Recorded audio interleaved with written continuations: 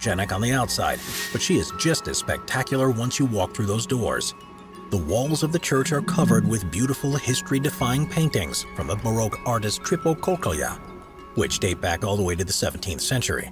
His work, The Death of the Virgin, is easily the most famous, and people come from all over the world to catch a glimpse of both the piece of art as well as the structure in which it resides. Hey you guys, we're coming out of the Gospel of Exodus. Chapter 3. Now Moses kept the flock of Jethro, his father-in-law, the priest of Midian. And he led the flock to the backside of the desert and came to the mountain of God, even to Horeb. And the angel of the Lord appeared unto him in a flame of fire out of the midst of a bush.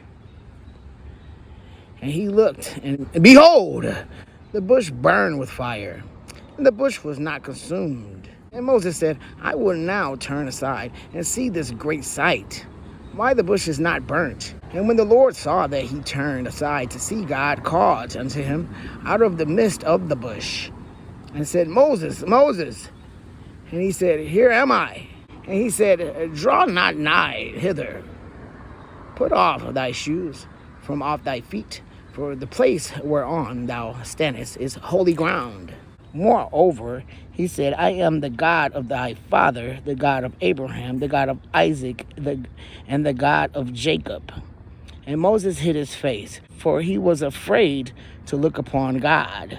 And the Lord said, I have surely seen the affliction of my people, which are in Egypt, and have heard their cry by reason of their taskmasters.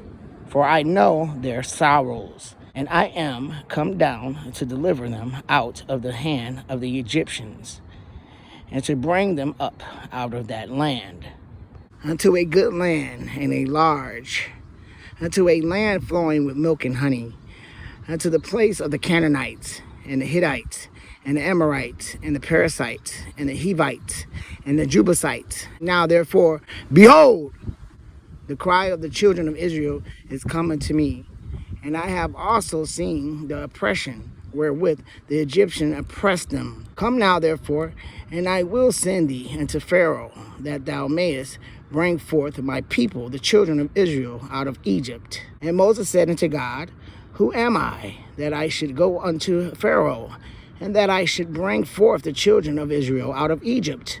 And he said, Certainly I will be with thee, and this shall be a token unto thee that I have sent thee, when thou hast brought forth the people out of Egypt. You shall serve God upon this mountain. And Moses said unto God, Behold, when I come unto the children of Israel, and shall say unto them, The God of your fathers hath sent me unto you, and they shall say to me, That is his name. What shall I say unto them? And God said unto Moses, I am that I am. And he said, Thus shalt thou say unto the children of Israel, I am hath sent me unto you. And God said moreover unto Moses, Thus shalt thou say unto the children of Israel, The Lord God of your fathers, the God of Abraham, the God of Isaac, and the God of Jacob have sent me unto you.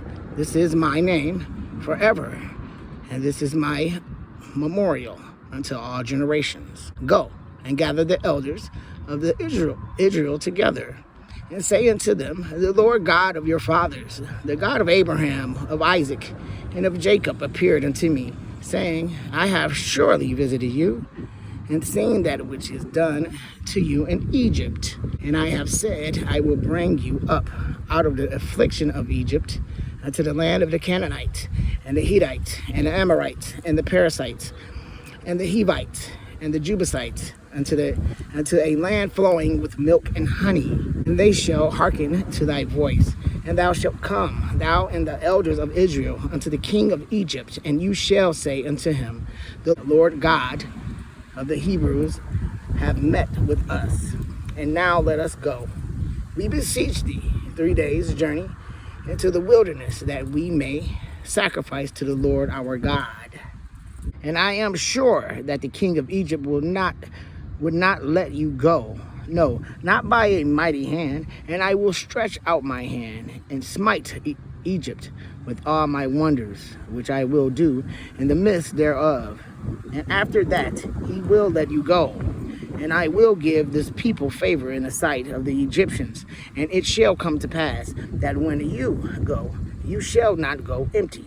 But every woman shall borrow of her neighbor, and of her that sojourneth in her house jewels of silver, and jewels of gold, and raiment. And you shall put them upon your sons and upon your daughters, and you shall spoil the Egyptians. With insanely beautiful mountains rising around lies the solitary structure known as Our Lady of the Rocks. This church is on an artificial island that slowly formed over the centuries by seamen throwing rocks into the bay as an offering to the Madonna for their safe return. It's pretty amazing how something so small can become something so large over time. And if you want to come pay your respects at this stunning church, then you're going to have to get there by boat. The trip is absolutely worth it though. And sure, Our Lady of the Rocks is photogenic on the outside, but she is just as spectacular once you walk through those doors. The walls of the church are covered with beautiful history-defying paintings from the Baroque artist Canaanites, which date back all the way to the 17th century. His work, The Death of the Virgin, is easily the most famous, and people come from all over the world to catch a glimpse of both the piece of art as well as the structure in which it resides.